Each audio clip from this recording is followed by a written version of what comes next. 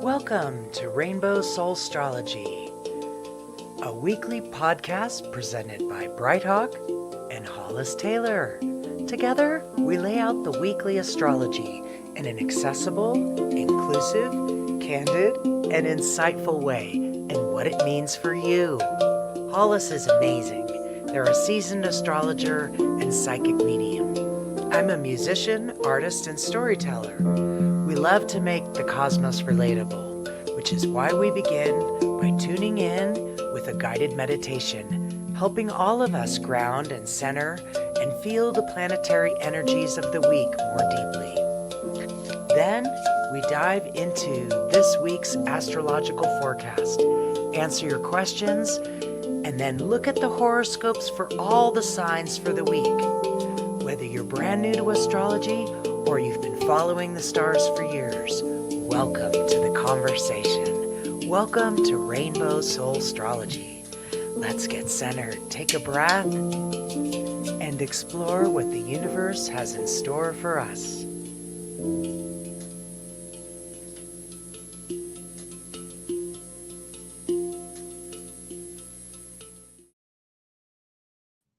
Hey, look at that.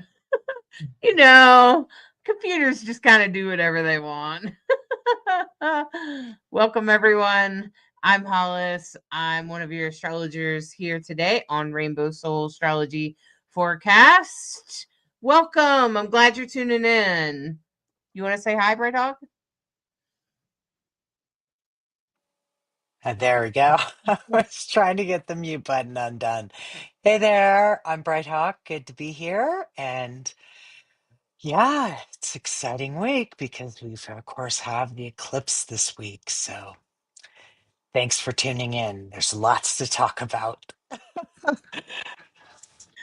Is there ever? How are you guys doing since the Black Moon? What was it, about a week or so ago? We've hopefully, I've given you a heads up about what might happen for you. That Black Moon, whatever happened during the Black Moon for you, is probably going to be also what you're dealing with or walking through during this time. During the eclipse season this season, and eclipse season is just getting warmed up, just getting started. Eclipses are so very they're not always intense, but they're usually faded, if nothing else.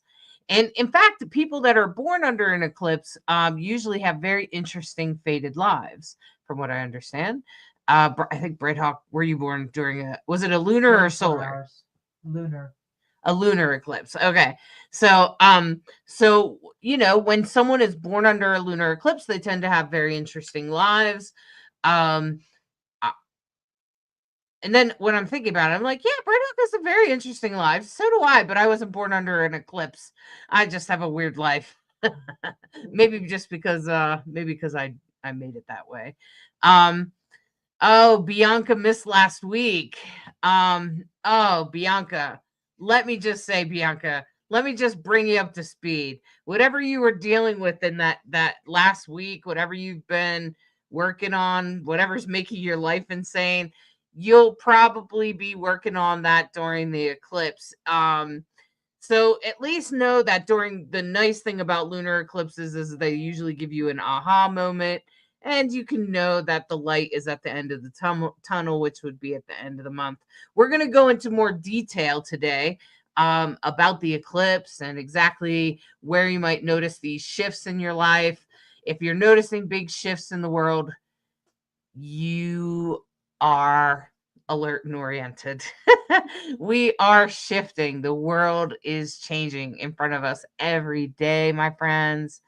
And we're trying a little bit different things since we're doing this this sort of mobile phone format for our lives. We've been trying to kind of experiment with different ways to show you the charts. So I want to go ahead and get us started now that I've reviewed last week and we're starting to get people tuning in. Oh, we have to do the meditation, duh. Welcome, Chelsea. All right.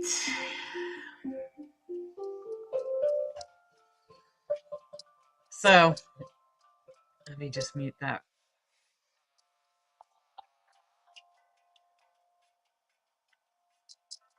I don't know if they can hear you. Okay.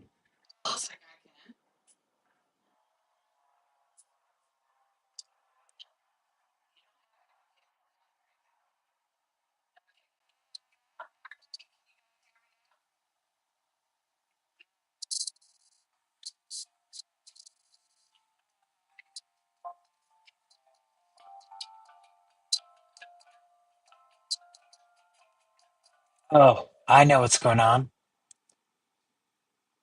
I thought already.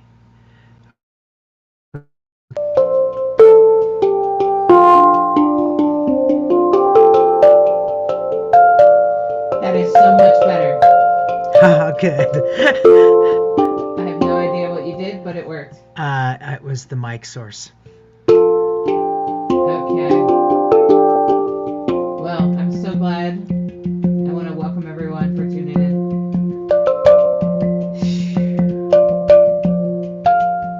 So I'm going to invite you to just take a deep breath.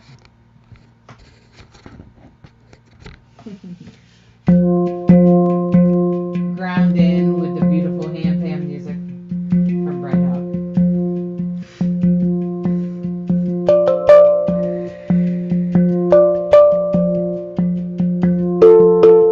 Close your eyes if you can and allow yourself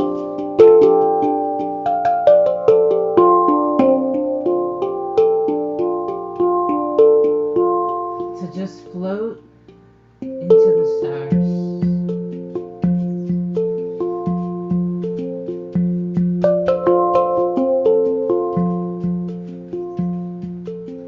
Where you are just free to float, nothing restricting you, totally and completely free. Free floating through the universe.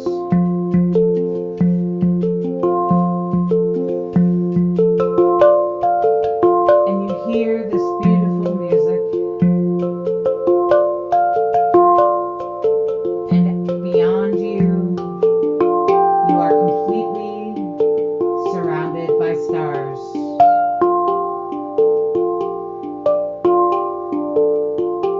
The stars seem to go on forever,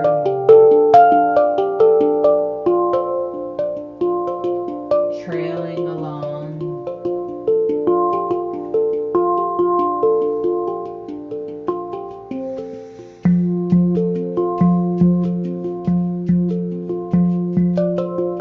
And some of those stars are a little bit bigger, and you recognize those as planets.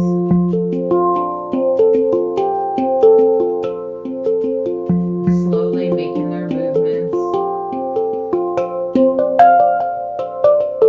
And as you're turning, you can view the planet Earth.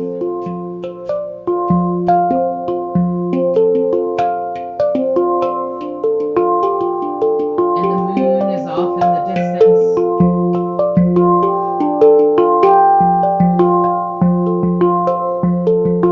And you can see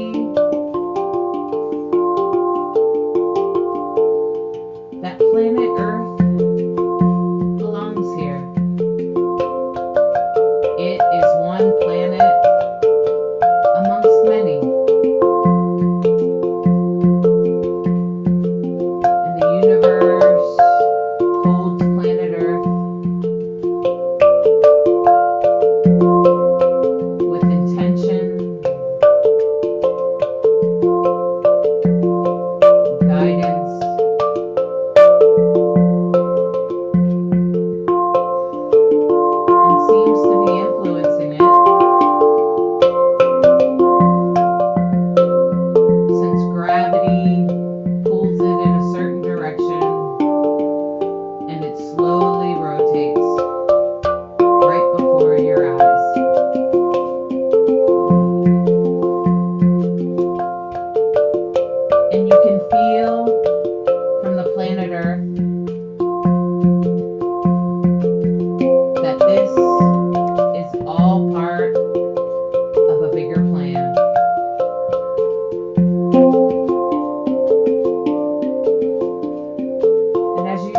to fall in to the part of the earth that you live.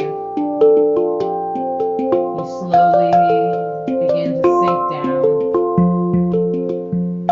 You recognize that you too are part of this destiny. And while the moon whispers in your ear that you always have free will and that your destiny is made from your deepest desires,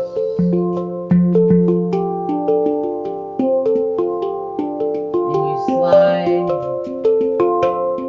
deeply and completely down into your body, back here on planet Earth.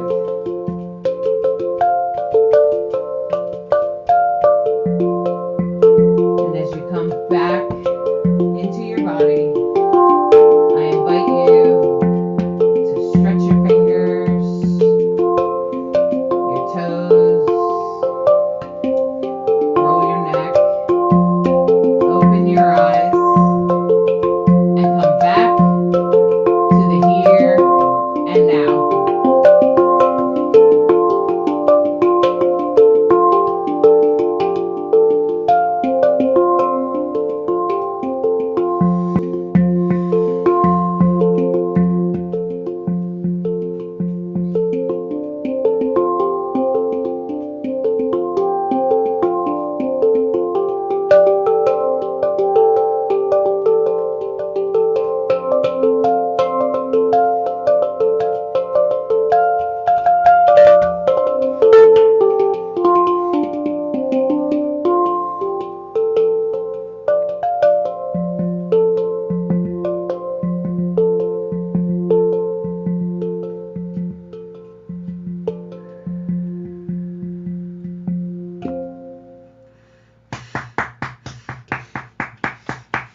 Well done, Bright Hawk. Welcome. Good job. I feel like my Mercury is sideways. Okay. It's partially probably because I can hear myself. So, Juggler John, thanks for tuning in. Welcome. This is our astrology forecast. We're happy to have you. And Bianca, we're still trying to zoom in that sound there. We're still trying to get that perfectly right, but thanks for your feedback. Hey, Alyssa, welcome. Hello, everyone over on YouTube and Megan on Facebook. Lorelai, welcome. Layla, welcome. Well, Chelsea, you're funny. Chelsea's like, I'm so happy to tune in today.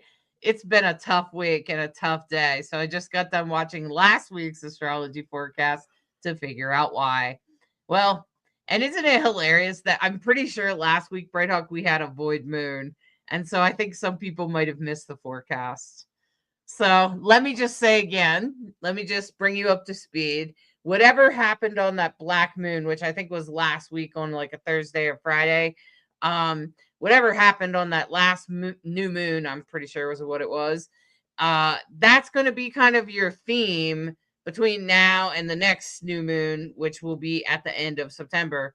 So it's two new moons in the same sign, which is Virgo, which is very unusual. It doesn't always happen, but it did happen. And so, like in a row, if you get what I'm saying, like usually it changes signs, but it didn't this time or something. Anyway, so, whatever you've been dealing with, tolerating, walking through, trying to figure out, if you feel like there's something hasn't been revealed yet, you're right. Or if you feel like you still have to sort of figure something out, you're right on time. So listen in. And we're also doing the charts slightly different. So I want you to let us know if this works a little bit better. Bright Hawk prepared the charts slightly differently to see if this is a better way. And I thought they kind of worked. So let's first start with these, I'm going to take us out, Bright Hawk, because we can always, oh no, we can't. Oh yeah, we can. We could do it like this. Okay, so now they can still hear us, and all you have to do is unmute. So of course the sun is in Virgo right now, in case you didn't know that. And this is today's chart. This is for today, September the 1st.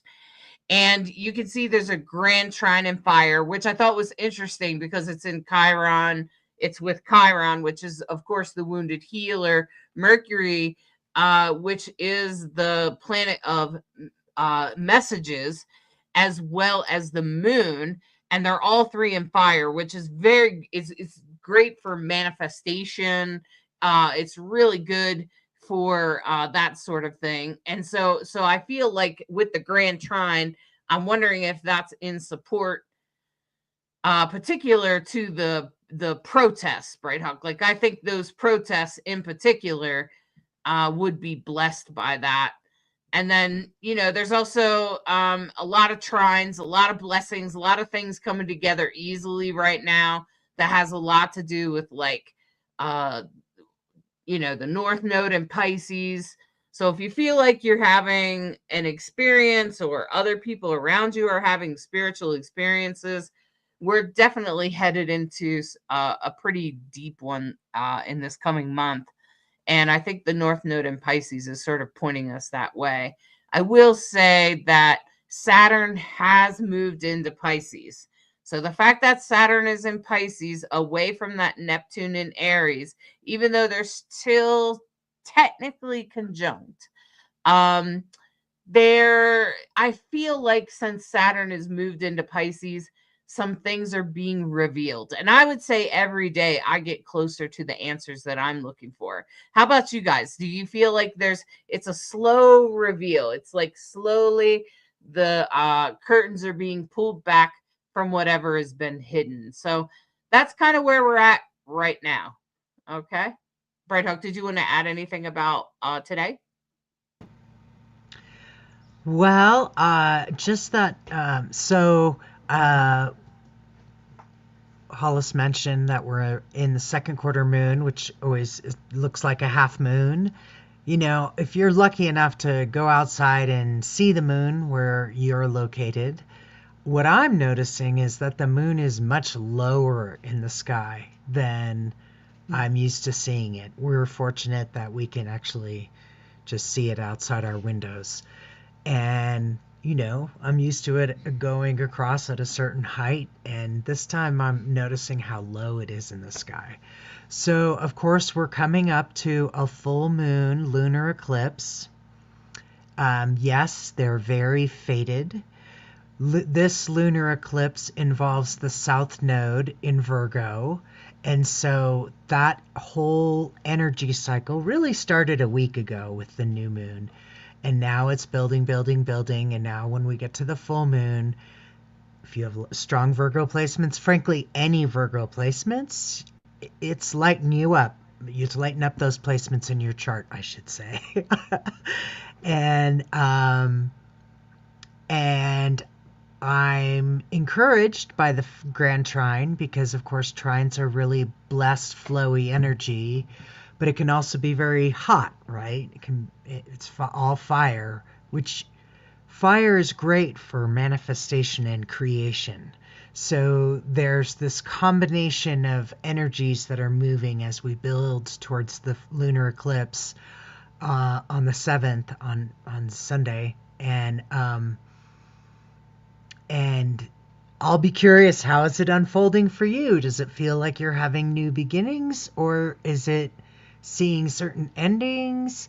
There's a revelation that happens with eclipses, and a definite, especially with the South Node involved, a letting go of past, a revelation of something in the past. The past is definitely part of it. And of course, when we're talking at these levels, we're really can be also talking at a soul, not just this lifetime, but past lives suddenly make sense in this life, that kind of thing. Past life relationships suddenly appearing in this life, like, could really be cosmic. That's the nature of an eclipse. It can just be what what what needs to be revealed or recognized or seen differently. And how are you feeling about that? Curious how you're feeling about that as we're getting closer and closer to the eclipse. Mm. Yeah. So I think with this South Node in Virgo, I think we're sort of forced to sort of reflect on the past and take a look at what's going on in sort of from the past and how that influences you now. And which way do you want to go now? Where do you want to go next? Um, and I was wondering, Brighthawk, since the moon, Alyssa said she also noticed that the moon is sitting lower. If the moon is sitting lower, does that mean it's closer to us and more intense, like they talk about with a supermoon? I believe this one's called a blood moon, and for whatever reason, and I think it is because it is lower and closer to the equator and farther south. And oh, there's people smarter than me that can explain how this all translates, but I'm not going to try to go there right now. Okay, I was just wondering. Yeah, I have done a few classes in it, but I'm not confident enough to explain it. So it's definitely this time of year, the fact that we're coming up to the equinox, which of course means equal, and that's a turning point in these flows. So yeah, it's interesting. Alyssa, where are you located on the planet? If you don't mind my asking.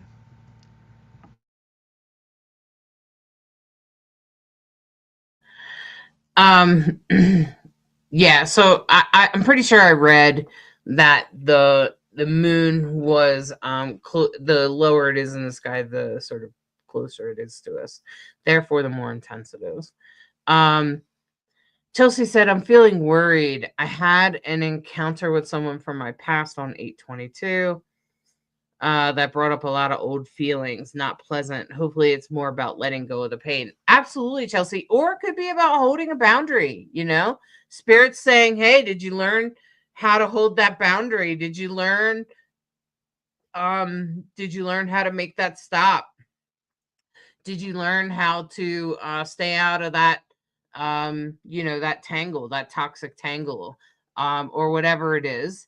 I feel like sometimes we talk about this. I think it's good that we talk about this in astrology. Let me just address this. Let me just say that in astrology, I would say that one of the things that you want to be really careful of is I get worried too, Chelsea.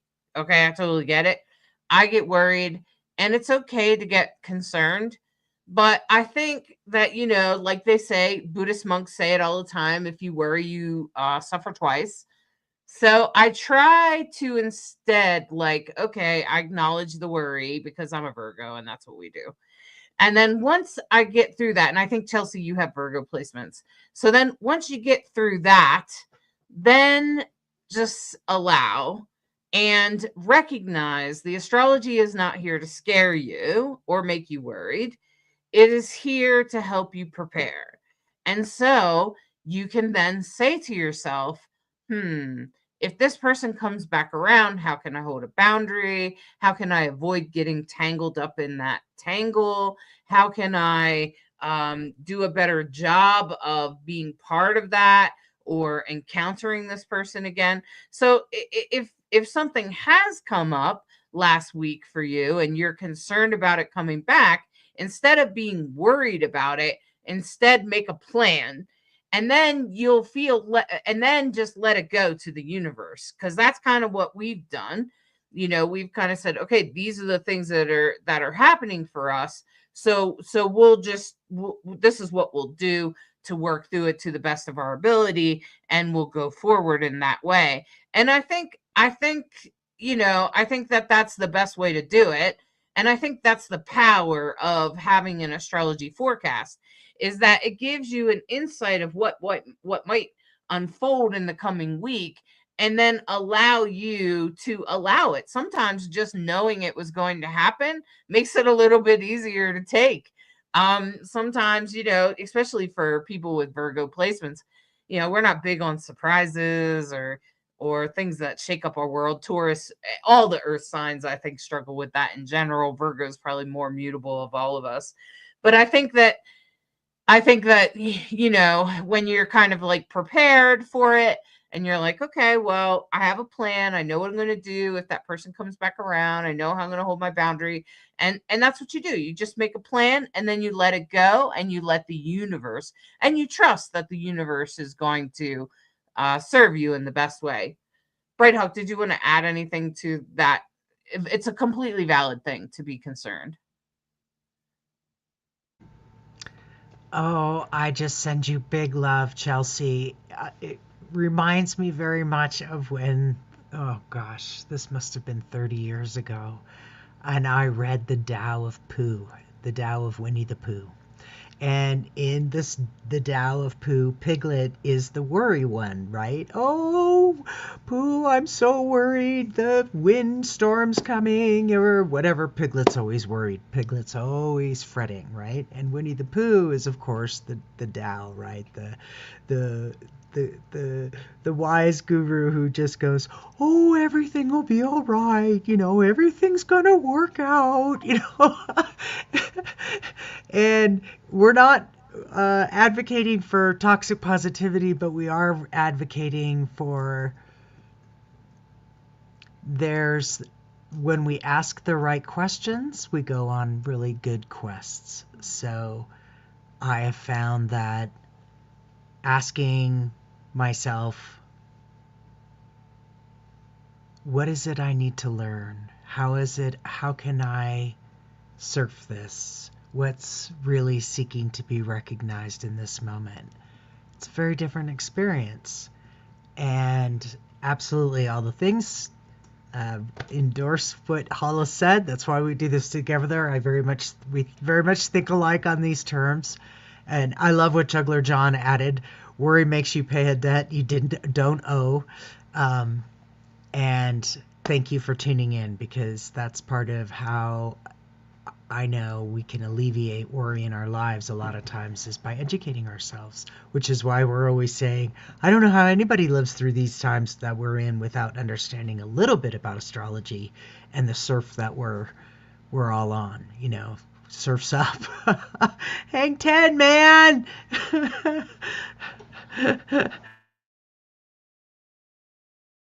Okay. And um Chelsea said that's great advice. I'm trying to see it in a positive light. Maybe it was more about showing myself how much I've grown and will continue to grow. That's right, Chelsea. That's right. And maybe it's just about proving to yourself that you can hold a boundary, right? Sometimes we have to be tested in order for us to believe in ourselves.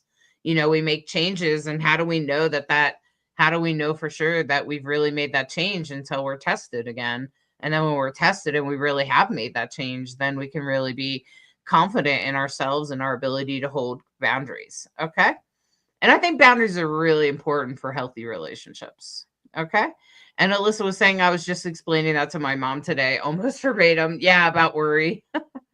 Yeah. So that's what astrology is for. I just wanted to get into that so we could say. So let's take a look at the charts.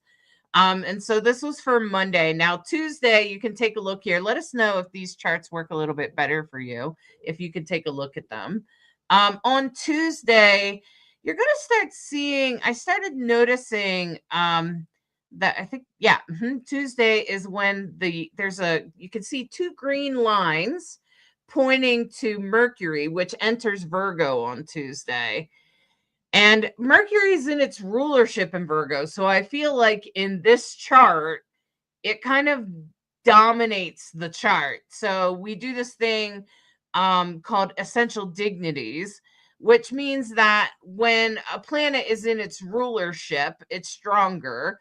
When it's in its detriment, it's not very strong. For instance, Mars is in Libra. And when Mars is in Libra, it's in its detriment. Libra is ruled by Venus. Mars is kind of the opposite of that. and Mars kind of gets dampened down a little bit, isn't expressed as loudly. So if you're learning to read your astrology chart, make sure you, especially if you've gotten my astrology 10, Bright Hawk and I's astrology 101 class, there is a cheat sheet in there for essential dignities. And that's what comes with the package when you buy the whole class. And you'll learn about essential dignities. We teach that in the class because it is pretty important when you're looking at a chart to know what planet is the strongest here. And when you're looking at this, one of the strongest planets other than Jupiter in Cancer, which is also in some trines. So, but it's in a trine to the south node and the north node, and it's been there a while. I've noticed that it's positive alignments. Now, Jupiter in Cancer usually means like patriotism or feeling, having very strong beliefs about your home or where you live, which of course not only counts for your house, but it also would have to do with, your the state you live in, the country you live in. Maybe this is why some people are leaving the country, right? Um, and it will have a lot to do with how you feel about that. And the interesting thing is when it first started to happen, I was a little concerned it would be aligned with what we would call conservative patriots.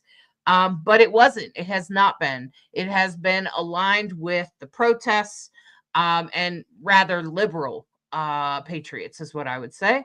And so it's in a trine right now to the south node and the north node. So are the protests having an effect? Yes. The second strongest planet is Mercury. Okay. And I would say it's the second strongest planet of the entire chart. And that would be Mercury because it's in its rulership, which is Virgo. And it has a yod pointing to it on Tuesday, Wednesday, third, and it kind of fades on Thursday. But this week is very faded. So starting tomorrow and even late tonight and into tomorrow and into Wednesday and maybe even Thursday, you might start to notice something happening or something going on. And these are things that must happen. They are very faded. They are necessary. This will be probably about messages. You'll probably get a message. Okay. Now, this is pulling from that Saturn in Pisces that I told you is pulling away from Neptune. And also it's also pulling from Pluto retrograde in Aquarius. And this makes me think about, if you're having any health scares or anything like that, maybe something would be revealed Tuesday, Wednesday, Thursday, something that you'll become aware of all of a sudden, something that will start to make sense. So if you are looking for messages about something, maybe you're having a health scare, maybe it's a relationship, maybe it's an understanding of something, that is going to be coming through Tuesday, Wednesday in particular. You're going to get those messages. I want you to pay attention and stay tuned to those messages because they're very important. Because of course, Virgo is also where the eclipse is happening. And since Mercury is going to be part of the eclipse, I would suggest that you listen to that because that message that you're getting this week, Tuesday, Wednesday, will probably be the most accurate sort of message that you get out of all of the messages. And so if you're waiting for something to be revealed, that's really when you're going to see it. You're really going to see it Tuesday and Wednesday this week. It's very faded. There's messages being delivered to you. Probably it could be about your wellness or something else. And I'll be happy to take a look. When I do the horoscopes at the end, I will make sure to focus on Mercury moving into Virgo during this Yod Tuesday, Wednesday. And that's when I'll take a look at the horoscopes for you. So make sure you know your sun, moon, and rising so that we can make sure that we really hone in on this movement this week so that when the message comes in, to take it seriously. So don't dismiss it. So I think that's like really the most important thing that's happening this week. What do you think do you have anything to add, Bright Hawk? Yeah, I just think the Mercury moving into Virgo and then being the tip of the yod, it's very fated energy. It's going to speak to you. It's going to speak to transformation, Pluto. It's going to speak to what needs to change, Saturn, structure, uh, Neptune, dreams, visions, illusions. So very powerful, very fated. Nothing you can do about it. Best thing I can recommend is that you be in the flow with it, not try to resist it. That's what we mean when we talk about fated energy. I have a lot of this in my chart. So there are times where I realize that, especially as I've gotten older, you have to do this. There are times we know what we have to do, right? So just shut up about resisting, kind of self-talk to myself, not you. And deal with what has to be dealt with. And when we're honest and we sit with ourselves, we know what we have to do. And this is that kind of energy this week. What is it you need to do? You can do it. You have all the resources you need.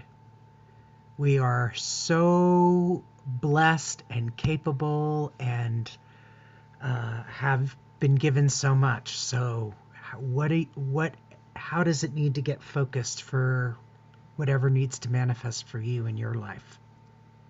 Yeah. The other thing I want to say is about the moon. You'll notice it changed signs into Capricorn, and I didn't mention the void. We have some really short, like barely blink, and the void, of course, moon is over. And then we have some longer ones.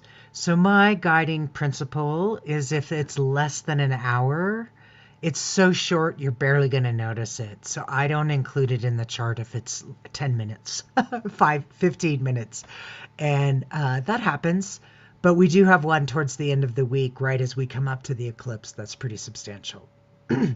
But now the moon's in Capricorn. And of course, Capricorn is the opposite of where the moon is at home in Cancer.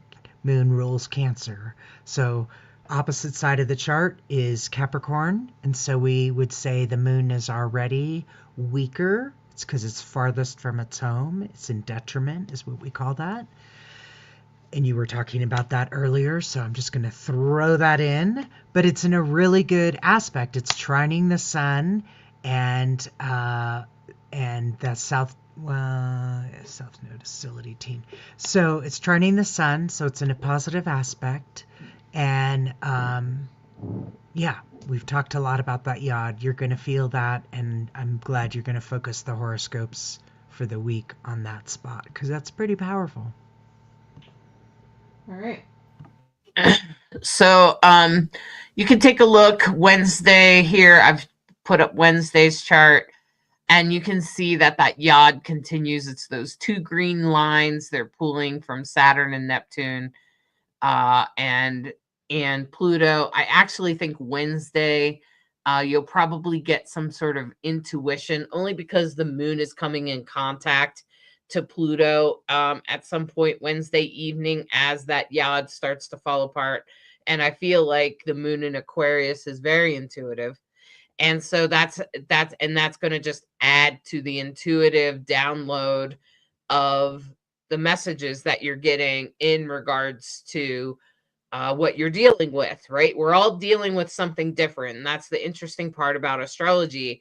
While it says, well, you might be dealing with this or that, it depends on your chart. And that's why we do the horoscopes at the end, right?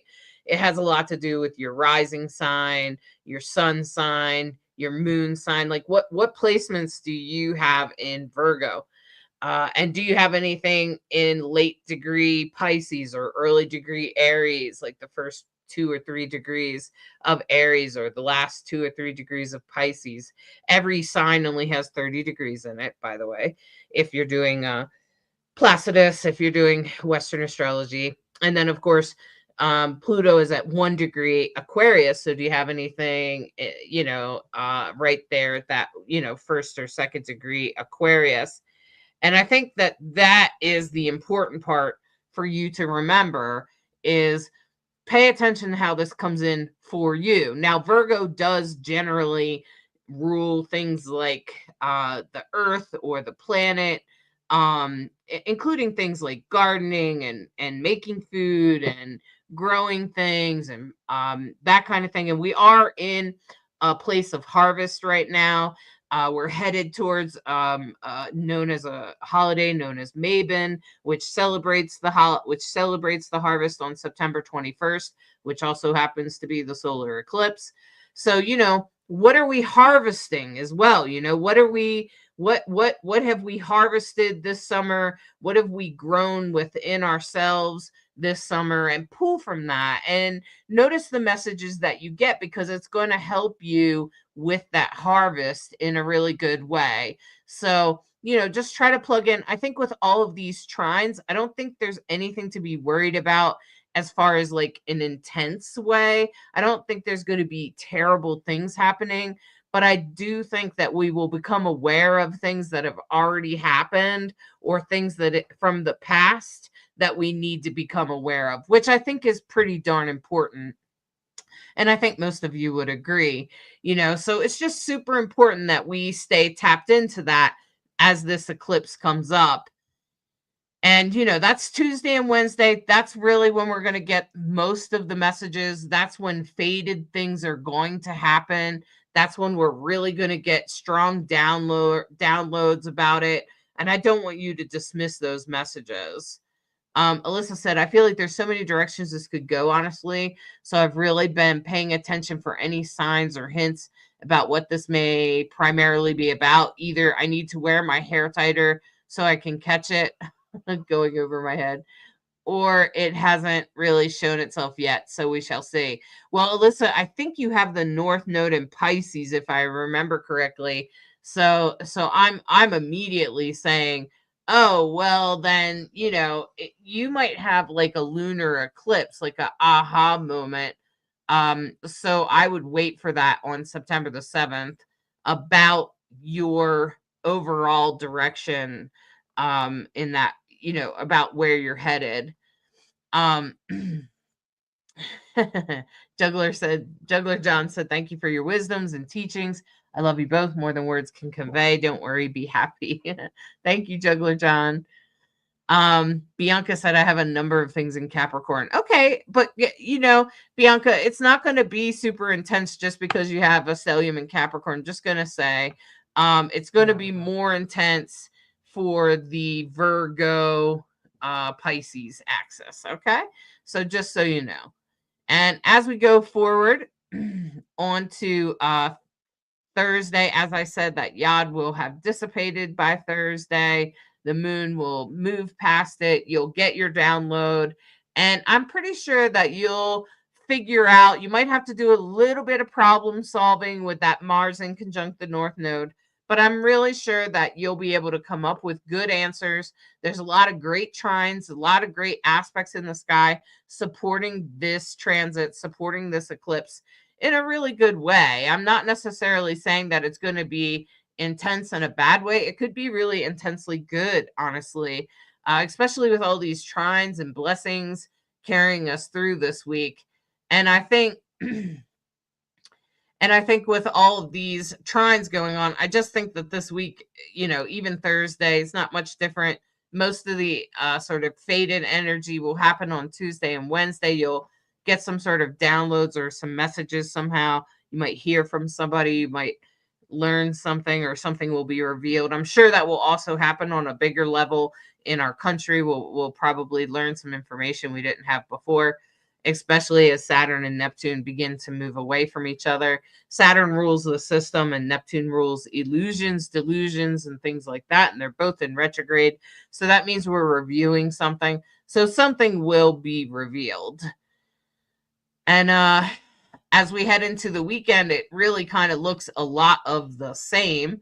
Or I didn't notice a whole lot of intensity, except that on Saturday, Uranus will go, Uranus will go retrograde, right? So yeah. So that's actually Saturday. So let me just change the chart there for you. So that's go to ahead, Friday Brighthawk. for a minute. Okay. So Friday into Saturday is one of the void of course moons that I was talking about, where it's not 10 minutes, it's almost all day. It begins at 9 p.m. on Friday, and then it goes all the way through Saturday until 4 p.m. So, if you're joining us for the first time and you've never heard me explain, the void of course moon is when and that's the name of it. I'm not making that up. Void of course. It's that in between when the moon changes signs. Anybody who knows magic knows the in between. That's where the magic happens. That's where the good stuff is, right? So the void in this case is when the moon will be moving out of Aquarius into Pisces and getting set up for a full moon in Pisces at, when we go to the Sunday chart, I set it up. The Sunday chart is the lunar eclipse. So mountain time, it'll be happening around noon. And interesting moon activity. And so we have been asking everyone if you've been noticing when there's a void moon, how do you feel? It means that there's less emotional energy, less drama energy. So a lot of people say, gosh, you know what? I'm actually able to be really focused and get stuff done during a void moon because it's quieter for some reason. So curious for what your experience is of the void moon. We had a big one last week. I can't remember which day of the week right now because I'm here in this week. All right, so that's Friday into Saturday, and then Sunday is the eclipse. Okay. So if you take a look after Friday's void moon, Bianca, just to ask real quick, what is the midheaven? It's at the top of your sky. There's usually at the top of your chart, it's usually like an arrow pointing up. It's also called the MC. And the midheaven, or the MC, tends to be your career, or what you put out in the world, what you offer the world. And so your MC will kind of sort of help us understand what your expression is out in the world. Okay, so that's that arrow pointing up. As we go forward into Saturday, I just want to talk about Uranus for a minute. So Alyssa's a little worried because her moon sign is in Uranus. Now, you might notice when Uranus goes backward, Alyssa, but I noticed it, but what I would say is that Uranus, while it's a very sort of surprising planet, it will tend to catch you a little off guard. It can definitely bring surprises. Some people say that Uranus likes to come in and kick the playing table over. And sometimes that is true, but I also notice about Uranus as a bigger planet. So it tends to not be as loud or as intense like on one day. It tends to play the long game, is what I say. It tends to play a longer game. It tends to, so this is Saturday, it will go retrograde. And so you may not feel it on Saturday. You may not feel it till Monday or next week or next month, really. Okay. And so you just want to pay attention to what's in Gemini. You might feel it when it moves out of Gemini into Taurus more or less, or it might be a continuation of whatever happens on Saturday. Like it could be a minor thing that happens on Saturday, and then that would later play out when it leaves Gemini later on this year in the fall. Deeper into the fall, I think it's November. And so you want to pay attention to what's going on when Uranus makes movements, because it will be about your deeper movements. So for instance, when Uranus first moved out of Taurus and into Gemini, for me, Gemini rules my 8th house, of all kinds of things, of taboo topics that you don't want to talk about, or shadow and the occult. And I had some things come up like that, mostly about myself. And so I would say that Uranus is speaking to me, but it wasn't so intense. Okay. It's more like a long game. And I've seen Uranus play out in other people's charts. And when it gets intense is when you have a planet at that spot. So, do you have anything at 0 or 1 degree Gemini? Maybe 2 degree, you might notice it more. So, a person had Uranus directly on top of her Mars, which happened to be, I think it was at 1 degree Gemini.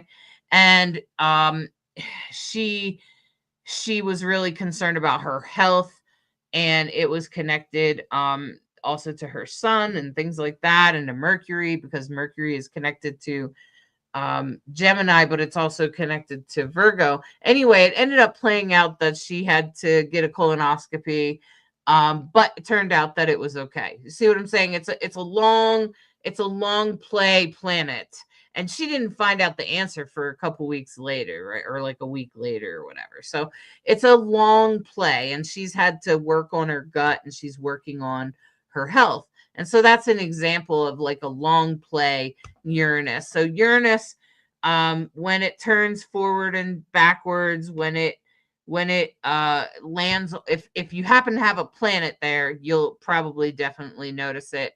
But if you just have a planet in that sign somewhere, you probably won't notice it as intensely until it's on that planet. So it's only gotten to 1 degree Gemini, and now it's going to turn around and go back. So if you have something in the late, like 29 degrees Taurus, or 0 or 1 degree Gemini, then you're probably going to feel it, but you'd have to have something there. So take a look at your chart and see where it is.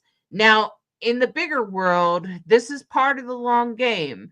This is Uranus's long game. This is Uranus saying, these things don't fit. We need to get rid of these things. We're going to get these things out of the way because you wanted to go that way, but all this is in the way. And so Uranus will slowly strip away things that are not meant to be, that are not meant to be part of things for whatever reason. So yeah, so you want to check the degrees on that, Alyssa, just because that's really important when you're playing with larger planets such as Uranus, Neptune, Pluto. You will more largely feel them when they're on top of whatever you have in that sign. Saturn is also part of the long game, but it plays the game a little bit differently, almost like Uranus. Now, whatever happens, just recognize if something does happen on Saturday for you that you think is related to Uranus, which would be a surprise, or just something unexpected happens.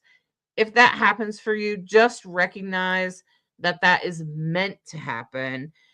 There's something being moved around, something being adjusted for your better tomorrow, to help you manifest a better outcome. Okay, and that's really what Uranus will have to say as it goes backwards. Did you have anything you wanted to add, Brighthawk, to the Uranus transit? You really are the expert on the Uranus. I gotta say, you've encapsulated it extremely well. I will say that Uranus, just because we are an LGBTQ friendly broadcast, I will also say that Uranus tends to be a big player with anything that's progressive, and that includes the gender revolution. And Uranus absolutely plays a big part in LGBTQ people's charts. And it doesn't. I have Uranus on my ascendant. It doesn't mean every single non-binary person has Uranus on their ascendant. Absolutely not. I'm not saying that at all. I'm just saying that Uranus is often at play when a person is part of the LGBTQ community, but not always. And sometimes there's other planets at play. such as Mars and Venus and the moon and the sun. And this has a lot to do with just who you are. And it doesn't mean that every person, like, there's just solid placements that make you gay or whatever. That's kind of a limited way to think about things. So instead, I would more think about it like that we all have a weird spot, and that's Uranus, and we express it in different ways. Some people are queer, some people are part of the LGBTQ community, some people are weird in other ways, right? And Uranus, if you want to take a look at Uranus in your chart, that's probably where your weird spot is. Okay, so Uranus is on my ascendant, so I lead with it. Your ascendant is the arrow pointing to the left. Mine's in Scorpio. I tend to scare people away. I'm a little bit of a pot stirrer, and because I I tend to see things a little bit differently than other people, and I tend to see things a little bit non-traditionally. For instance, the Uranus role in the LGBTQ community. A lot of traditional astrologers do not, especially liberal ones, they do not feel comfortable with expressing Uranus as part of the LGBTQ gender revolution. I personally see it as it is part of that, because that is part of progress, right? And so Uranus is a part of all progress, not just the gender revolution. It'll also have something to do with, trying to move past racism, right? And trying to make progress as better human beings in general. And someday, when LGBTQ people are just integrated and part of our culture, we no longer judge them or make them different, then they may not be expressed through Uranus anymore. So you can see that Uranus is about progress. It's about going forward. It's about being. It's about moving forward in a way that humans are all included. And since Uranus is making this movement earlier this year out of Taurus, which happens to be incredibly traditional, and Gemini tends to be gender neutral, it's literally talking to the gender revolution right now as a bigger picture on our planet. And if you ever thought that the gender revolution was destined, you are absolutely correct. And I know I'm talking to the right community here, because, and even Rick Levine said this, that Uranus moving back into Taurus is more of a conservative thing. So we're doing our last dip into conservative territory with Uranus, which is totally progressive. It's like oil and water, and so we're putting that back in there, and then eventually Uranus will turn around and go forward through Gemini for like the next, like, I think it's 8 years or 7-8 years, something like that, and it will be in Gemini. And I think that's when we're really going to see a lot of progress for the LGBTQ community. So if you are an LGBTQ person out there and you're struggling, or I know there's a lot of people here that have LGBTQ kids and stuff like that, just know that this is our last little headache with that revolution. Okay, so that the revolution is going forward, and I think that gives us hope, frankly.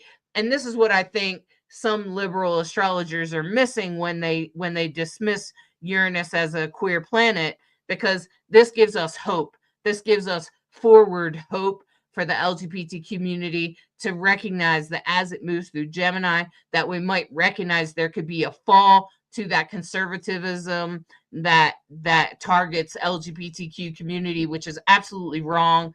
And that queer people are just people just like everyone else. And we have to make progress in the way we think about it. And I think that's what Uranus is calling on. Like, we can't hate people because of who they love, or because they happen to,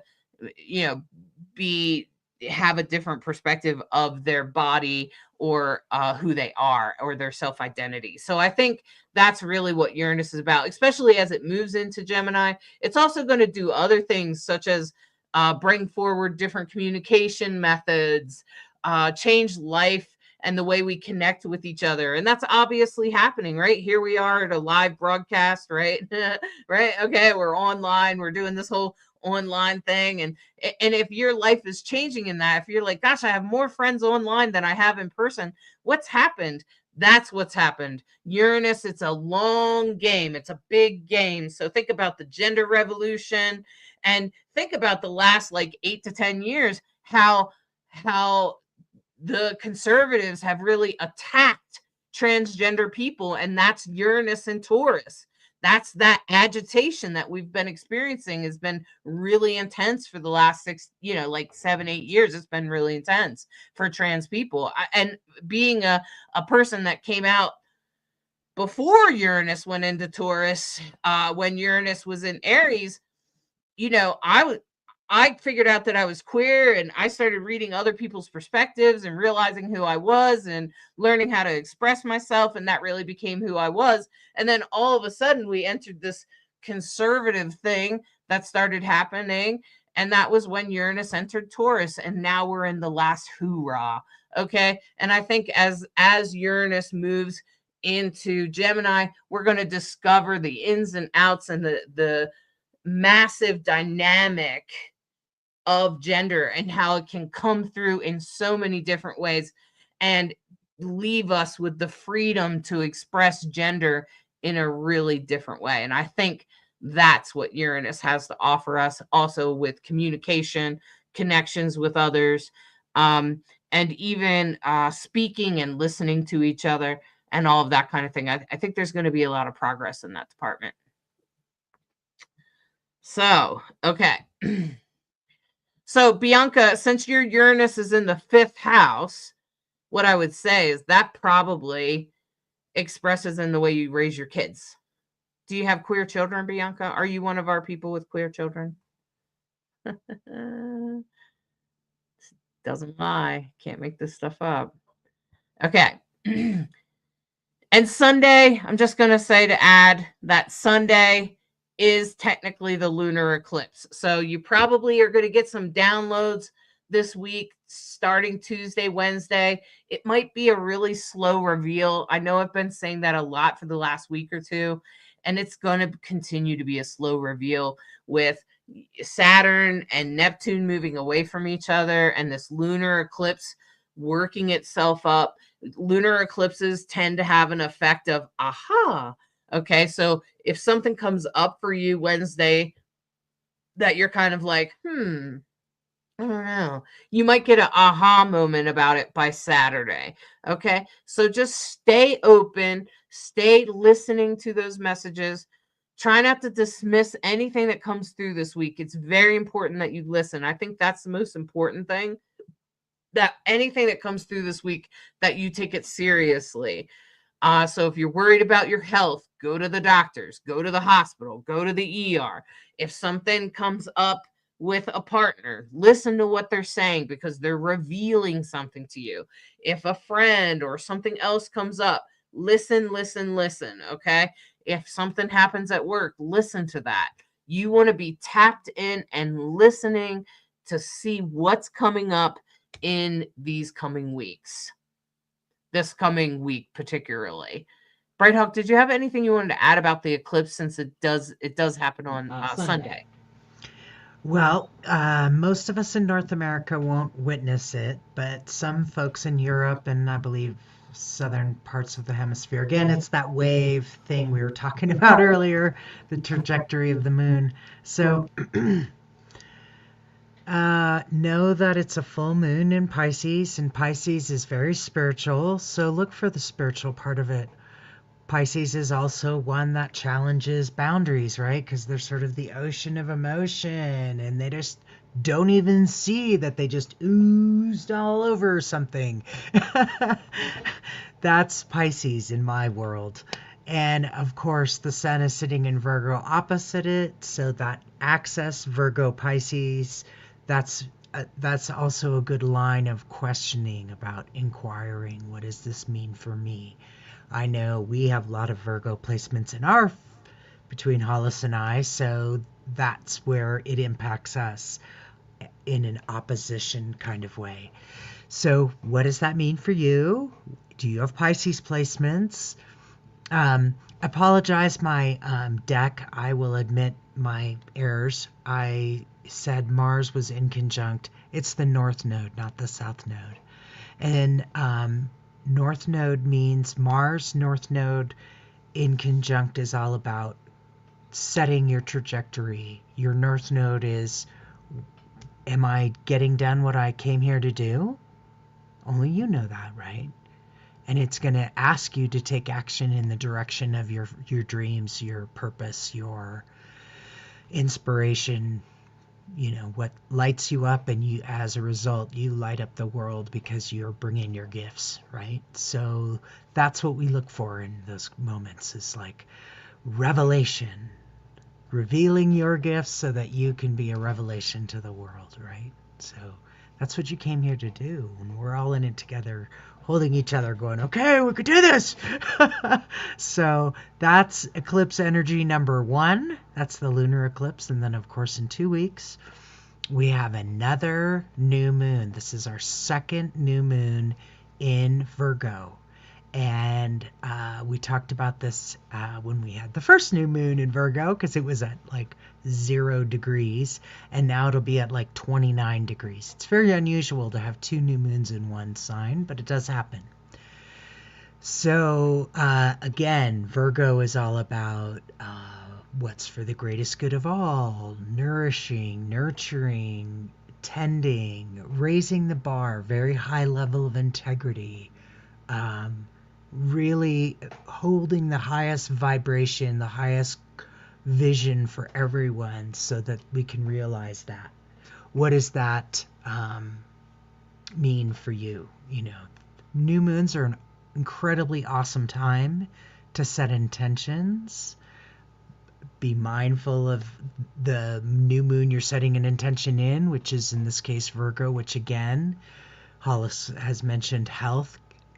Very, very, very good thing to always, be giving thanks for our great health. Fake it till you make it in some cases. And hopeful, and prayers for folks that are trying to, dig your way out of a health situation and feels like it never ends. Blessings. I'm looking at you, Hollis. Goodness. So the eclipse will happen, the solar eclipse will happen on the 21st, and of course that will be equinox. Full moon happens to be all lines up right there. And remember your subconscious. You can tell yourself, I'm nervous, I'm anxious, or you can tell yourself, I'm excited to see what gets revealed. I'm hopeful. Hope for the best, and holding a vibe or a candle or an intention to help us get there, definitely valuable. You can always get a crystal grid for me. That's a great way to do your intentions and hold them. If you don't know what a crystal grid is, we could talk about that afterwards. I want to let Hollis finish and check out the zodiac for the week. So here we go. Possible. Yeah, and then flip it around. Whoa, 2 sides. So you can set your intention. Okay. So I haven't quite gotten them ready yet to sell the astrology reading with the crystal grid, but I will assure you that I am working on that. It's taking me much longer than I thought. Bianca, the fact that Uranus is in your 5th house tells me you probably raised your children in an unusual manner. You definitely had a surprise by losing your son, and then your child is biracial, which would mean that they're very progressive, right? Progressive, I would say. Did you raise your children fairly progressive as well? Maybe you did some unusual things or something like that, okay? And it also could be about fun. It could also be about romantic relationships as well, okay? So Uranus, with Uranus's movement right before the eclipse, I'm pretty sure we're going to have awakenings. We're going to have like movements that go, oh, okay. I'm pretty sure we're going to have reveals in regards to your health and things like that. Just pay attention. If something happens this week, if your body starts speaking to you, remember that's still Mercury, and you should always listen to your body. And I myself am struggling with things, and there's a line that could get crossed. And if that line gets crossed, I assure you I will go to the ER, and I expect you to do the same. So take care of yourself, listen to anything that happens around your health, make sure that you are tapped in that regard. And especially because Virgo really rules health, so that ends up being in a way that I just don't want you to ignore anything that you feel. Okay, so let's see. So Tuesday, Wednesday, that's when the yacht is into Mercury. So I'm going to share this just 1 second.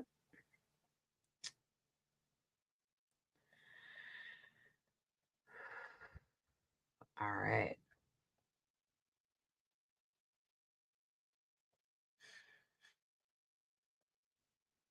All right. So I don't know how well that will show up, but if it it doesn't Really show up, tiny. does it? No, it doesn't. All right. So you know what? I'm just gonna take it out.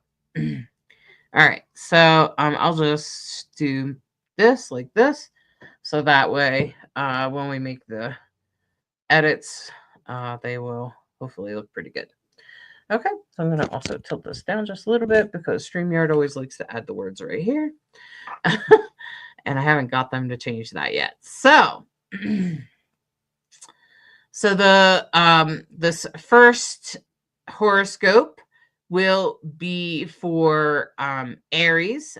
Aries, this is for Aries, Sun, Moon, and Rising. Now, like I said, this is for um, Tuesday, Wednesday, um, Tuesday in particular, Wednesday with that yod that I told you about that is pointing to Mercury. Oops. Um, it's very important because it will be a destined message of some sort. Now, this message could come through any way, Aries. So this horoscope is for Aries, Sun, Moon, and Rising. It will be most accurate for Aries rising. Let me say that. And for Aries, let me say this is going to have a lot to do with your day-to-day life. What's happening in your day-to-day life that needs to change? Something is going to shift. You're going to get a message. Something is finally going to get through. And right now I'm thinking of my granddaughter, thank God. But anyway, anyway, Aries, I want to assure you that the messages will be coming through for you. You'll probably be getting them like through your job or something that you do every day. It could have something to do with your health as well. So make sure you're tapped in, make sure you pay attention, especially if it has to do with like friends or anything. It's who you are, your identity. There's a big message headed its way for you, and that will be on Tuesday.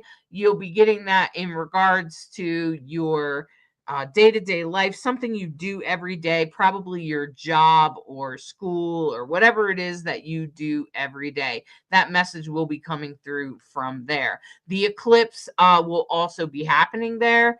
So the eclipse will actually be happening in your 12th house, but it will be opposite that 6th house. So it might be something that you just don't recognize in yourself right away. And you'll recognize it by the end of the month, and it will be a slow reveal. So you might kind of miss it a little bit, Aries, but just hang in there, Aries. It's going to come through as the eclipse comes through at the end of the week. You will come to realize something. You just may not recognize it right away. You probably won't recognize it until the end of the month, September 21st, in the equinox, because that when the solar eclipse happens on September 21st, that's when it's really going to make sense to you. Okay. But there's going to be some things coming through that are going to help you on your path, help you have some realizations, help you open up to who you are and to your identity in general. Okay, especially with Neptune and Saturn making all this movement in your sign, Aries. There's a lot going on for you. So just hold on. There's a lot of shifts going on, not only with your identity, but also with the direction of your life and how things are going and in respects to your day-to-day life. So I think there's a lot of changes going on for you right now, and I'm pretty sure you're going to manage them just fine, Aries. Hang in there and just keep going and keep listening. Make sure you listen this week and respond to any thoughts, feelings, or intuition or anything like that that comes through this week. You definitely want to be paying attention to that. The next horoscope is for Taurus. This is for Taurus, Sun, Moon, and Rising. Now, Taurus, this has everything to do with your children, or maybe it is your day to day life, but it will be your day to day life in regards to the children. So, some sort of message is going to come through. It could also be a romantic relationship, or anything else that has to do with you having fun, whatever you do for fun, or any creative projects that you have. Those in astrology, like if you're like, well, I don't have any kids, I'd say, well, anything you've created, a creative project, is also very important for you. Okay, so this is for Taurus, Sun, Moon, and Rising. These messages are going to be coming through either children that you know, children in your life, your loved one, your romantic partner, possibly something that you like to do. Maybe you like to have, there's something that you're doing that's fun on Tuesday, Wednesday, or something you'd like to do. Make sure you listen to that, because there's going to be a message about how you can better your life and how life can be better for you, especially this month. Maybe there's some improvements or some changes that you need to make, Taurus, and Mercury is speaking right to you. And for sure, that could come from a romantic partner or a child, or somehow through your fun or creative projects. So stay open and keep listening, Taurus. I'm sure that the download will come directly, and I'm sure you'll stay grounded for that. And the next horoscope is for Gemini. This is for Gemini. Gemini, this is going to be about your home. What is it about your home that needs to change or shift? Gemini, that is something at home that needs to change. Maybe this has something to do with how you live in your home or how your home is. There's going to be a message that comes through that's going to help you understand things a little bit better and help you to sort of move through life in a good way. And that's going to be really on Tuesday, Wednesday. It's really going to come through. It could also come through your parents, or your, your childhood home, or the home that you live in. There's going to be some messages that come through. Maybe your parents tell you something that helps you more deeply understand the path that you need to be on. Maybe it even points to your aha moment in relation to your friends or people that have power and control over you, especially since the lunar eclipse will be happening in your 11th house this week at the end of the week. So I feel like that's also really powerful. So if you feel a shift in that regard, just allow it to happen. If you hear some messages, please respond to them. Please do what's right for you, Gemini. Please listen. The universe is speaking to you, and the messages, some sort of communication is going to come through your home or your house, or maybe your parents, or anything like that that has to do with where you live or how you live in your home, or even possibly your childhood home. So respond to that, because it's super important, because it will be in relation to the lunar eclipse at the end of the week. Like I said, that will be happening in your 11th house, which has a lot to do with um like other people, like your friends, or it could also have to do with like people that have control over you or influence over you. So you really want to be paying attention to that. Okay, now as we go forward, this next horoscope is for Cancer. Cancer, this is for Cancer, Sun, Moon, and Rising. Like I said, it will be most accurate always. My horoscopes will always be most accurate for your rising sign. So make sure you know what your rising sign is. That's based on your time of birth. If you're not sure of your time of birth, you can also look for your sun sign. It will be fairly accurate. And your moon sign will be more about your emotions. Now, Cancer, especially for you, Cancer, this is very much about your community. This is very much about your neighbors. This is about how you're connected to community. There's some messages coming through, something you need to know about in your community, particularly at the end of the week. You'll probably have like some sort of aha moment or something about work, especially also pulling from maybe other people's money as well. So paying attention to how this works with your community, your siblings, your neighbors, anybody like that that sort of lives around you, right? That's what this is really about. This is about tapping into that. You're going to get some messages, and literally your neighbor could come up and tell you something, or you could go to a community event and get some information that makes sense for you or that has meaning for you, or maybe you're already involved in your community and there will be some messages coming up. Okay. So listen to those messages, tap into those, Cancer. And as going forward this week, just be open to whatever aha moments you have in regards to your work and your offerings in the world, because that is leading you into the right direction there, Cancer. And that's really pushing you where you need to go. This next horoscope is for Leo. This is for Leo, sun, moon, and rising Leo. Now, Leo, this has everything to do with money. Okay. This also could have a little to do with your values and money, but it definitely has a lot to do with money and relation to like relationships, or also to higher learning, to education, to tapping into better ways maybe to handle your money, especially since Saturn is up in your ninth house there, Leo's, especially Leo risings. With Saturn up there in Pisces, it might really help you understand better ways to handle your money. And this is messages about your money and how to handle your money a little bit better, or what to do with it in a better way so that it's better handled. And so this is this is a very important thing about your money, Leo, this week, especially Tuesday, Wednesday. Some messages are going to come through about that.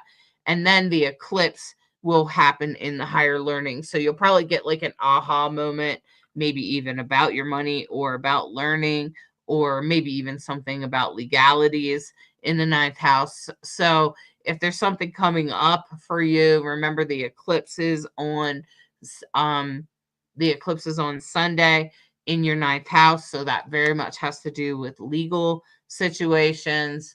And with Mercury in the second house, you're definitely going to receive some messages Tuesday, Wednesday. Okay. But you got this, Leo. We know you can do it. We know you can get through this. We know that this will be really good for you. And now going forward, the next horoscope here is for Virgo. This is for Virgo, sun, moon, and rising. And this is now, Virgo, let me just say, this is going to have, if you feel like your identity is shifting during this eclipse, you are not wrong. Okay. There is some things going on for you, some big changes for you, some big shifts about who you are and how you express and how you show up in the world. Particularly as we move forward, the messages are going to come through with Mercury speaking to you in the first house of your identity. This will very much have a lot to do with who you are and how that's working for you. So just hang in there, Virgo. Get through this eclipse with, just stay open to the messages that come your way. Don't ignore any downloads, thoughts, ideas, or anything like that that you might get. And maybe write them down or take note of them, so that way you can be sure that as the slow reveal happens this month, you can tap into things. And when the eclipse happens, don't be surprised if that has something to do with like relationships or other people's money or anything like that, Virgo. It could have a lot to do with that, especially Virgo rising. And just hang in there, just hold on tight as things start to shift for you. This eclipse is speaking to you directly. This is about what you need to let go of so that you can move into who you are to be. Okay, Virgo?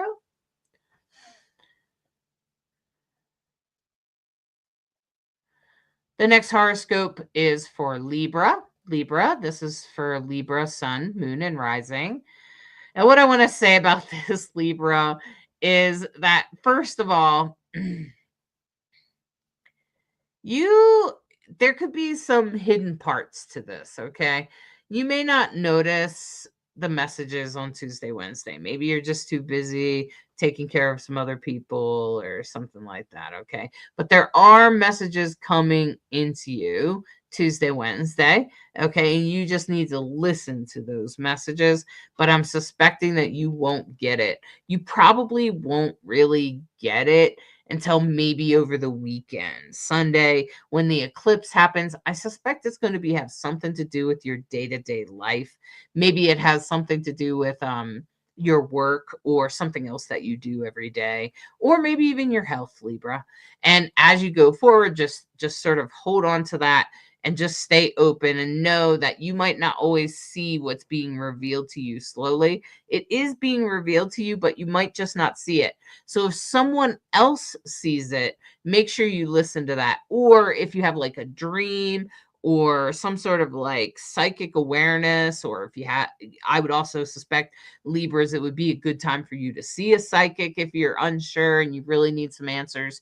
I would recommend that you go to a psychic because the Mercury is right on the edge of your psychic house and house of people that have an influence over you. So I feel like those messages could come through a psychic if you really need to know. And that the eclipse is going to happen in your sixth house, which is very much about your health and your happiness and your day to day life. So as we go forward, and then later, the eclipse will probably happen in, for Libra risings, particular, it will probably happen in your 11th or 12th house, which will be very much about people that influence you. And it might be things that you don't see necessarily because we don't tend to see those things in that part of our chart. So I would suggest that you definitely go to see a psychic. For Libras, this would be a good time to see a psychic.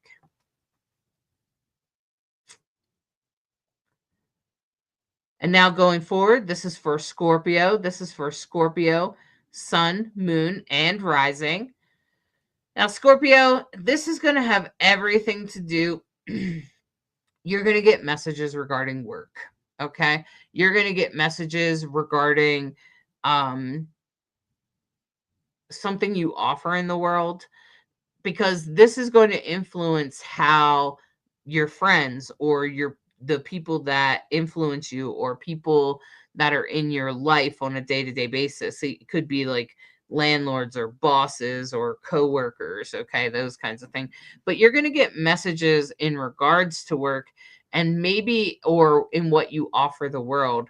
And the eclipse is going to have something to do with like your creative projects or children. So I can totally see you getting some messages from work or something else that you do in the world that then feeds into maybe your kids or your creative outlets or other things that you create, or maybe your romantic relationship. Okay. So just when the eclipse won't will happen in that area of children, creative endeavors, or romantic relationships, or even fun. That will all happen over the weekend. But before that, you're probably going to get some sort of message at work, maybe even from a coworker or something like that. But for sure, you're going to get a message from work. Something's going to come in maybe while you're working, and you'll get the download directly during that time during Tuesday, Wednesday.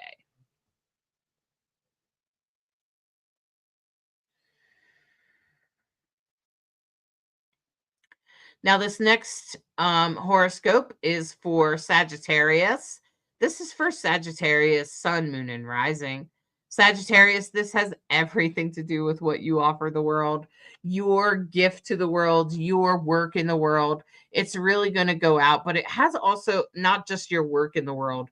It's going to have the eclipse will do more to that, but maybe there's something about higher learning, something that you have to learn, or some legal processes that you have to go through, or maybe if it's even a spiritual awareness or awakening that you're going to experience, Sagittarius. as you experience that this week, it's going to probably influence you this month in regards to your work in the world. So just hang on to that. Just listen to that. Be open to that, especially in relationship, because I can also see that Uranus is in your house of relationships. So that could be absolutely business relationships. Yes. Um, and how that plays out for you. Now the eclipse is happening in your home, so there might be something about home and where you're living or how you're living in your home that might need to shift or change, that's going to point you on your path, on the path you belong on, in the direction you're supposed to be going. And so don't be surprised if you get a little bit of some surprises, but I think you're going to be okay, Sagittarius. Just hang in there. I don't think it'll be a bad thing. I think it's going to be good things, Sagittarius. I think you're going to be blessed up, especially since Jupiter's in Cancer right now. Jupiter is in positive alignments right now, your ruling planet. So Sagittarius, I think you'll be good during this time. And the Mercury transit could be a little bit intense. You could get an intense message, and I just want you to just hang on to that. It will depend on where your placements are, really.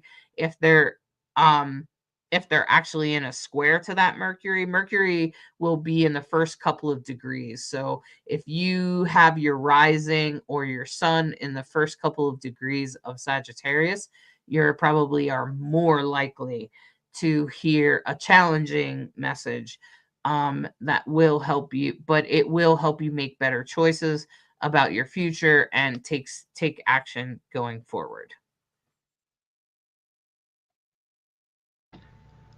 Wow. Well, I'm not done yet. Oh.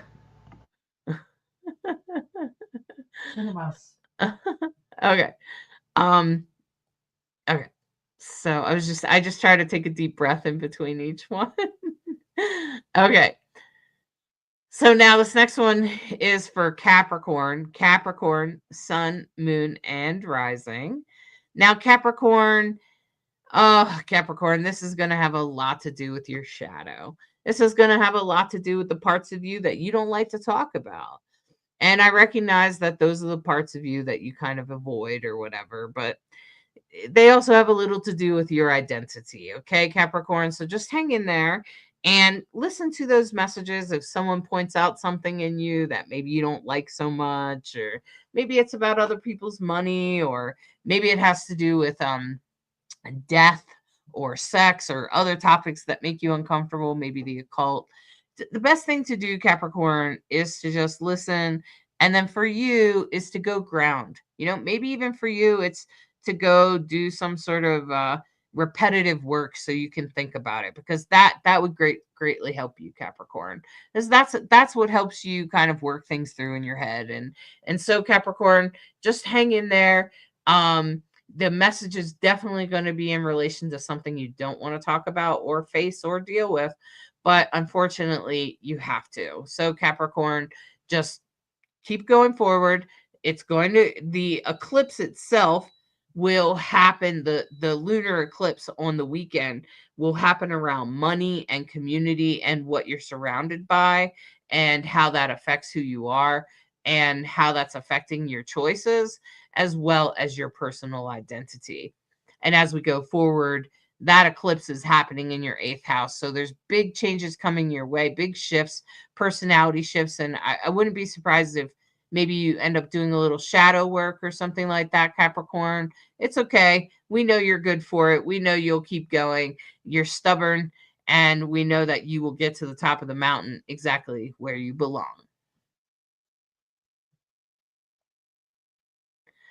Now, this next horoscope is for Aquarius. This is for Aquarius, sun, moon, and rising. Now, Aquarius, this is going to have something to do with relationships for you. So, relationships. Is there some sort of relationship thing that was happening last week? It could happen. It could come up again, Aquarius. Yes, again. And that's not going to be the greatest thing for you. It's going to probably frustrate you. Aquarius is probably going to come up in a way that's not going to be fun. And with Mercury in the seventh house, and it could be romantic relationships, business relationships, family relationships, friends, any kind of relationships, and sometimes even relationships to things like food or money or something like that, especially if it has something to do with your identity, Aquarius, especially with Pluto transiting your sign right now.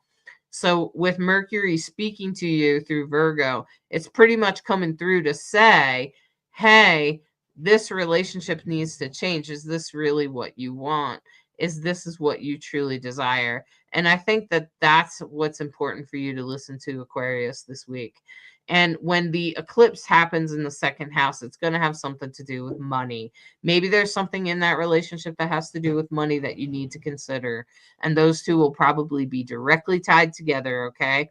So as something is revealed in regards to money, just recognize as that is revealed, just make the choices that are best for you, that are for the healthiest part of you. Virgo always wants you to choose the healthiest choice. So stay on the healthiest path.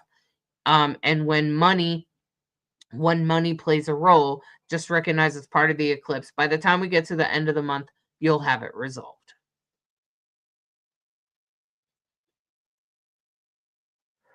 And now for Pisces, this is for Pisces, sun, moon, and rising. Pisces, this has everything to do with your work in the world in particular. So, and your relationships in regards to that. Okay. So, especially what you attract and what comes to you. So, you could suddenly attract some great things or a great opportunity that will change your day to day life. That could be really great for you. So, that could be awesome. Or maybe there's something else that will come up to support you in a good way. And so I would just stay open, especially with the North Node in Pisces and Uranus going retrograde just later on in the week and the eclipse and all that. It might have something to do with maybe there's a neighbor or something like that, and you get a surprise, especially with the eclipse trying to put you, Uranus and the eclipse and all these transits are trying to put you, Pisces, on your path. The North Node is in your sign, and it's been trying to guide you for this year. And hopefully, at this moment, the universe will just come along and push you gently in the direction that you're supposed to be going. So, Pisces, stay open, listen to those messages coming through, especially from other people or people that just kind of, even if it's like a complete stranger and you're just like at the grocery store or something and someone just says something to you, because this Mercury yacht is actually happening on your descendant. And so it's happening at the first degrees in Virgo. So for a horoscope, that's going to happen on your descendant.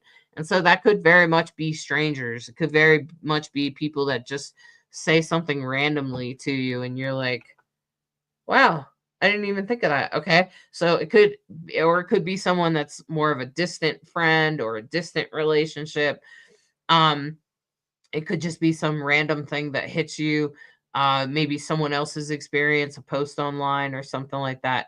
It could absolutely come out of nowhere. So just listen to those message. And as you take that message, please apply it to your identity and your career and your work in the world and your day-to-day life. The universe is trying to shift your life right now. So you know what's changing and what's shifting in your life. Just be ready to accept that. All right. Now I'm done. Wow. No, seriously. Wow. It always is impressive and a lot to interpret, a lot to digest, but hopefully it makes it clear for you how this impacts you. And we're all on a journey together. Believe it or not, we all chose to incarnate at this time. It was a choice. We all made it. Thank God we're on this ship together. And hang in there.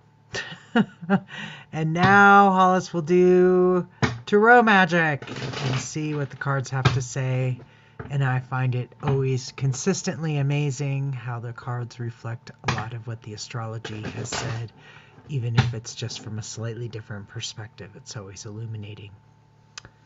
All right, Okay. so All right. Let me just take a look here and pull these 3 cards for us going forward this week. What wisdom can we have this week?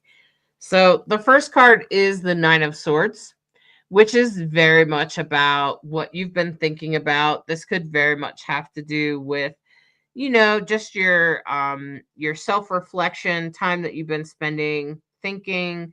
This has a lot to do with even feeling a little lost, or feeling unseen or unheard. Being the Nine of Swords, this may even have something that maybe you've said and maybe it wasn't heard or listened to or whatever. And that's really what this is about. It's a Nine of Swords. So this is about the past, though. So this is a reflection of the past. Maybe there was something in the past that you didn't feel heard or seen or something like that. And that's really the important part of that. And now, right now, in the here and now, you have a lot of strength, and you're using that strength. If I can get it centered, you're using that strength to pull you through. That's really what this card is about. Emotional strength and physical strength. This is about all kinds of strength, not just emotional or mental strength, but definitely physical strength as well, with the lion there, pulling you through, pushing you through, and you knowing that that you are headed in the right direction, trusting the universe. That's also what this is about. This is about having the strength to get through this week. Now, going forward, something is probably going to fall apart. Maybe something you want to fall apart, frankly. Something could actually sort of fall apart. This is a Tower card.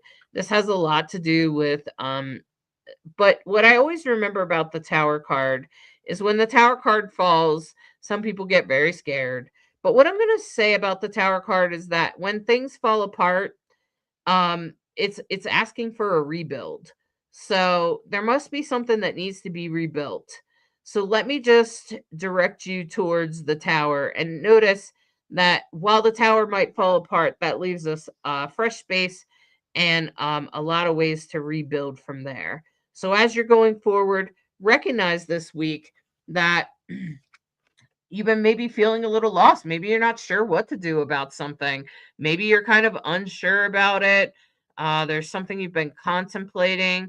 And then this week, you're trying to be strong and you're trying to walk through the week to the best of your ability and stay strong and stay open to the messages and things like that, particularly in this card, since it's a sort of a watery card, the strength card, and with the infinity symbol above that person's head. It makes me think of like psychic awareness and stuff like that, especially since the lion has all those sort of tentacle type feeler type things on their head. It makes me think of psychic awareness.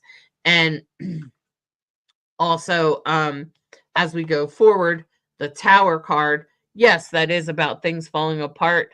Just when and if something falls apart for you, just recognize that this just means that you're gonna get the opportunity to rebuild it in a good way, in a better way. And whatever happens for you, just hold on tight, go forward, and trust in the universe.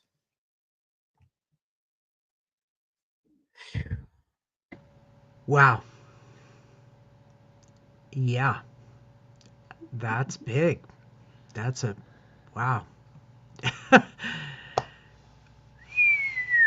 We got a big week. Yeah, we got a big week.